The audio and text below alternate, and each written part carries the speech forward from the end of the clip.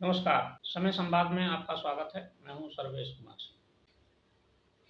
यह संभावना व्यक्त की जा रही है कि नवरात्र में आज से नवरात्र शुरू हो गए हैं और इन नवरात्र में लोकसभा चुनाव 2024 के लिए इंडिया गठबंधन के घटक दल समाजवादी पार्टी की तरफ से कुछ प्रत्याशियों की घोषणा की जा सकती है। ये चर्चा कई दिन से है कि समाजवादी पार्टी सबसे पहले उत्तर प्रदेश में अपने कुछ प्रत्याशी घोषित करेगी और ये मीडिया में भी आया है, सोशल मीडिया में भी चला है कि लगभग आधा दर्जन सीटों पर जो निर्विवाद रूप से समाजवादी पार्टी की जीती हुई रही हैं या उनके कैंडिडेट लड़ते रहे हैं, उन पर प्रत्याशी घोषित होंगे और ये प्रत्याशी समाजवादी पार्टी के जो मुखिया हैं अखिलेश यादव, उनके परिवार के ही संभवतः होंगे। इसमें संभावना व्यक्त की जा रही है कि अखिलेश यादव शायद कन्नौज से चुनाव लड़ें और धर्मेंद्र यादव, शिवपाल जी, अक्षय यादव समेत उनके परिवार के लगभग 6 सदस्य चुनाव लड़ सकते हैं। उनके लिए सीटों की घोषणा संभावित है। इसके साथ ही कांग्रेस के साथ समाजवादी पार्टी के तालमेल की भी चर्चा है कि कांग्रेस के साथ भी समाजवादी पार्टी जल्दी ही सीट शेयरिंग का मुद्दा सुलझा लेना चाहती है। समाजवादी पार्टी ने एक व्यावहारिक बात कांग्रेस के सामने रखी है, लेकिन कांग्रेस शायद उस बात पर सहमत होगी कि नहीं, ये तो समय पे ही पता चलेगा। समाजवादी पार्टी ने कहा है कि सीटों की मांग के बजाय कांग्रेस ये बताए कि कौन कौन सी सीटों पर वो जीतने की स्थिति में या उसके कैंडिडेट प्रभावी है। तो समाजवादी पार्टी कांग्रेस को उन्हीं सीटों को देना चाहती है जो सीटें कांग्रेस जीतती रही है या जीतने की स्थिति में है या उसके पास प्रभावी कैंडिडेट है।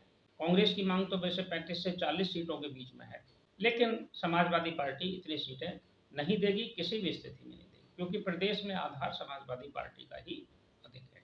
ऐसी स्थिति में सीट शेयरिंग का मुद्दा पेच फंस भी सकता है।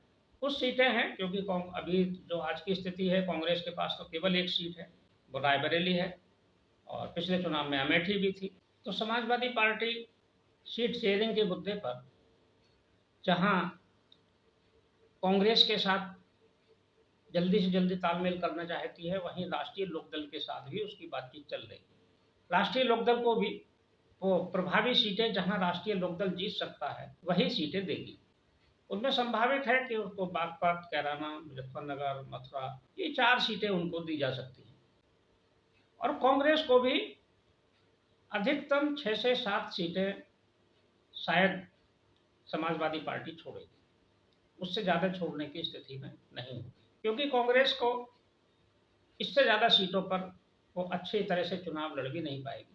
समाजवादी पार्टी को मालूम है कि प्रदेश में अगर उनको ज़्यादा सीटें छोड़ी गई और कैंडिडेट ठीक से नहीं लड़े तो फिर आगे का जो गणित है वो गड़बड़ा जाएगा, क्योंकि कांग्रेस के बहुत सारे क्षेत्र ऐसे हैं जहां उनके पास कैंडिडेट भी नहीं है।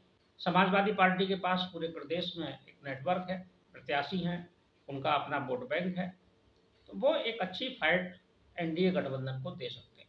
कुछ सीटें ऐसी भी हो सकती हैं जिन पर इन दोनों के बीच में फ्रेंडली फाइट हो जाए या तीनों के बीच फ्रेंडली फाइट हो जाए कि तीनों पार्टियां अपना अपना कैंडिडेट घोषित कर दें। उसका फायदा, हालांकि फ्रेंडली फाइट का सीधा फायदा भारतीय जनता पार्टी को मिलेगा या बहुजन समाज पार्टी को भी मिल सकता है। चिंता की सबसे बड़ी बात इंडिया गठबंधन के लिए बहुजन समाज पार्टी भी है, क्योंकि बहुजन समाज पार्टी किसी भी दल के साथ गठबंधन नहीं करने जा रही है। मायावती ने ये स्पष्ट कर दिया है। तो ऐसे में अखिलेश यादव बहुत जल्दी सीट शेयरिंग का मुद्दा सुलझाना चाहते हैं। ये अच्छा भी है राजनीति के लिए, जितना जल्दी वो अपने प्रत्याशी घोषित कर देंगे उतना अच्छे उनके कैंडिडेट तैयारी करेंगे।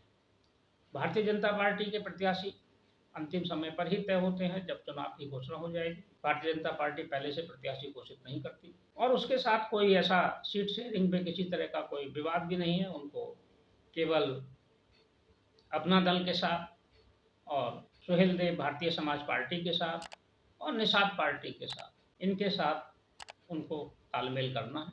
बाकी और कोई इनके साथ तालमेल में कोई दिक्कत भी नहीं है। तो भारतीय जनता पार्टी अपना ये सबसे आखिर में सीटों की घोषणा करेगी। देखते हैं समाजवादी पार्टी कितने जल्दी सीटों की घोषणा करती है और कौन कौन कैंडिडेट सामने आते हैं। क्या नवरात्र में उनके कुछ प्रत्याशी घोषित हो पाएंगे, ये भी देखना होगा। समय संवाद में आज बस इतना ही। कल फिर मिलेंगे किसी एक खास विषय के साथ।